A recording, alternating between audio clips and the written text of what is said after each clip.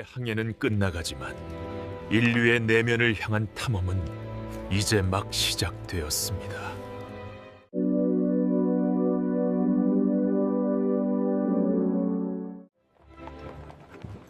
모든 것은 프라이베르크라는 작은 마을에서 시작되었습니다. 저는 어머니의 절대적인 사랑을 받는 황금 같은 아이였습니다. 그 사랑은 저에게 무한한 자신감을 그리고 세상을 정복할 힘을 줬었죠. 하지만 그 낙원에는 침입자가 있었습니다. 바로 저의 아버지였습니다. 저는 아버지를 존경했지만 동시에 어머니를 독차지하는 그를 증오했습니다. 어느 날 저의 영웅이었던 아버지가 무너지는 사건이 발생했습니다.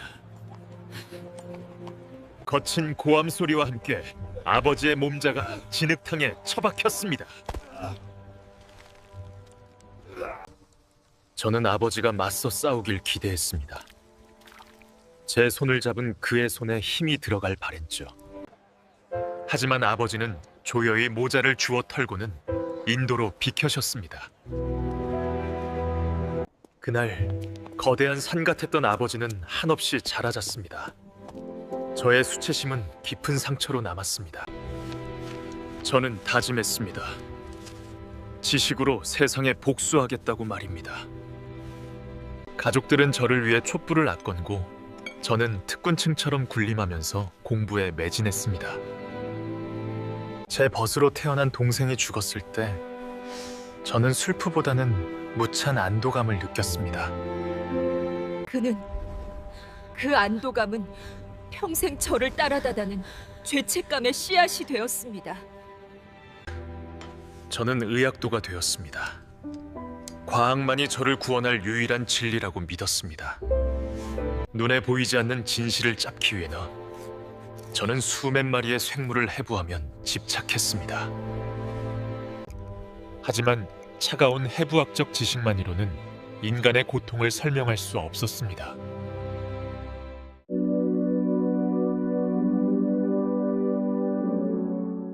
저는 가난했고 미래가 불투명한 젊은 의사일 뿐이었습니다. 사랑하는 여인과 결혼하기 위해서라도 저는 반드시 성공해야 했습니다. 성공에 대한 조급함은 저를 위도한 시와우로 이끄었습니다. 그것은 저의 흑역사였습니다. 1885년 저는 파리로 떠났습니다. 그곳에는 신경학의 거장이 있었습니다. 그것은 인간의 곽기를 전시하는 거대한 극장과도 같았습니다. 그는 최면을 통해 멀쩡한 사람을 마비시키기도 마비를 풀기도 했습니다. 충격이었습니다. 육체에는 이상이 없는데 마음이 몸을 병들게 하고 있었던 겁니다. 히스테리는 뇌와 마음의 병이었습니다. 저는 보이지 않는 세계의 문을 두드리고 있었습니다. 고국으로 돌아와 이 사실을 발표했을 때 학계는 저를 미치광이 취급했습니다. 저는 철저히 고립되었습니다. 환자들은 오지 않았고 빛은 늘어만 갔습니다. 유일한 아군은 한 선배 의사뿐이었습니다. 그는 기뭉한 환자 이야기를 들려주었습니다. 물을 마시지 못하던 그녀는 최면 상태에서 과거의 기억을 말하고 나면 증상이 사라졌다고 했습니다. 그녀는 그것을 굴뚝 청소 혹은 대화 치료라고 불렀습니다. 저는 최면 치료에 매달렸지만 모든 환자에게 통하지는 않았습니다. 어느 날 한 환자가 제게 소리쳤습니다. 제발 내 말을 끊지 말고 그냥 들어주세요. 어디서부터 시작해야 할지 모르겠어요. 저는 환자의 시선을 피하기 위해 뒤로 물러났습니다. 그리고 그저 듣기 시작했습니다. 떠오르는 대로 검열 없이 말하게 하는 것. 자유연상 기법이 탄생하는 순간이었습니다. 환자들의 기억 끝에는 항상 어간된 욕망이나 유년기의 상처가 도사리고 있었습니다. 그러던 중 아버지가 세상을 떠났습니다. 제 인생 가장 큰 상실이자 가장 큰 해방이었습니다.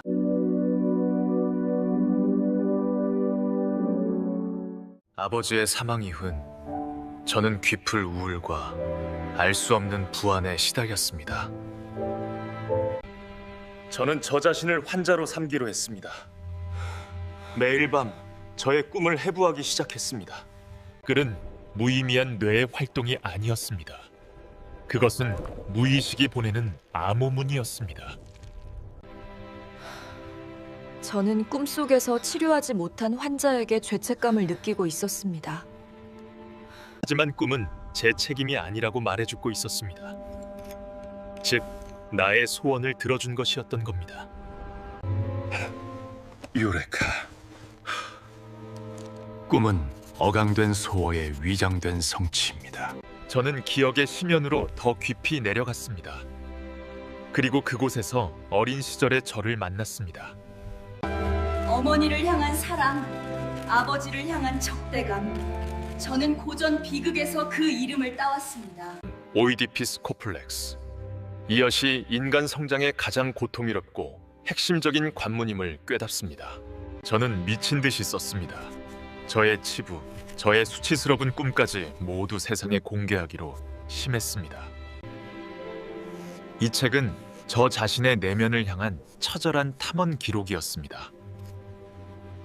1900년 새 세기의 시작과 함께 꿈의 해석이 출간되었습니다. 하지만 세상은 냉담했습니다.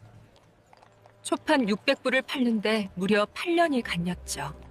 학표는 침묵하거나 졸업했습니다. 저는 다시 한번 외톨이가 되었습니다. 하지만 저는 물러서지 않았습니다. 저는 저가 본 진실을 보탰습니다. 조금씩 진실을 갈구하는 젖은 학자들이 제 주위로 모며들기 시작했습니다. 매주 수요일 저녁 저의 서재는 새로운 과학의 요람이 되었습니다. 이 낮은 소파 위에서 수많은 사람들의 무의식이 깨어났습니다. 우리는 꿰어놨습니다.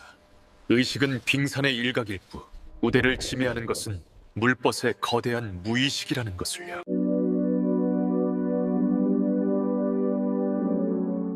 (1909년) 미국 가면 드디어 정신분석학이 세계로 썩어나가는 순간이었습니다. 저는 그에게 말했습니다. 우리는 그들에게 흡사병을 가져다 줬는 걸세. 인간의 위선을 벗겨낼 전염병 말입니다. 전쟁은 인간의 공격성과 죽음의 본능을 증명해 주었습니다. 저의 이론은 더 이상 음란한 망상이 아닌 고통받는 영혼을 위한 도구가 되었습니다. 육체의 고통이 저를 덮쳤습니다. 30번이 넘는 수술, 말할 수 없는 고통이었습니다. 하지만 저는 멈추지 않았습니다. 무예시를 향한 탐구만이 저를 살게 했습니다. 야만의 시대가 다시 돌아왔습니다. 그들은 저의 책을 불태웠지만 저의 사상은 태울 수 없었습니다. 저는 육체를 떠나 자유를 찾아 떠났습니다.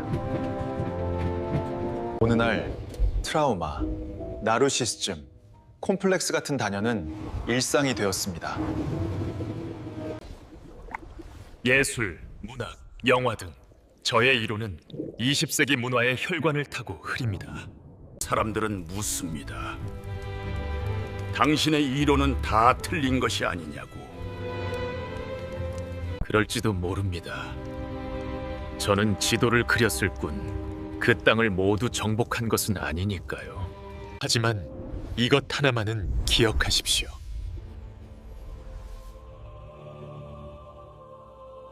당신이 안다고 맞는 나는 당신의 극히 일부일 뿐이라는 것을. 저는 그 문을 열었을 뿐입니다. 그 안으로 들어가는 것은 이제 당신의 몫입니다. 자신의 무의식을 마주할 용기가 있으시는가?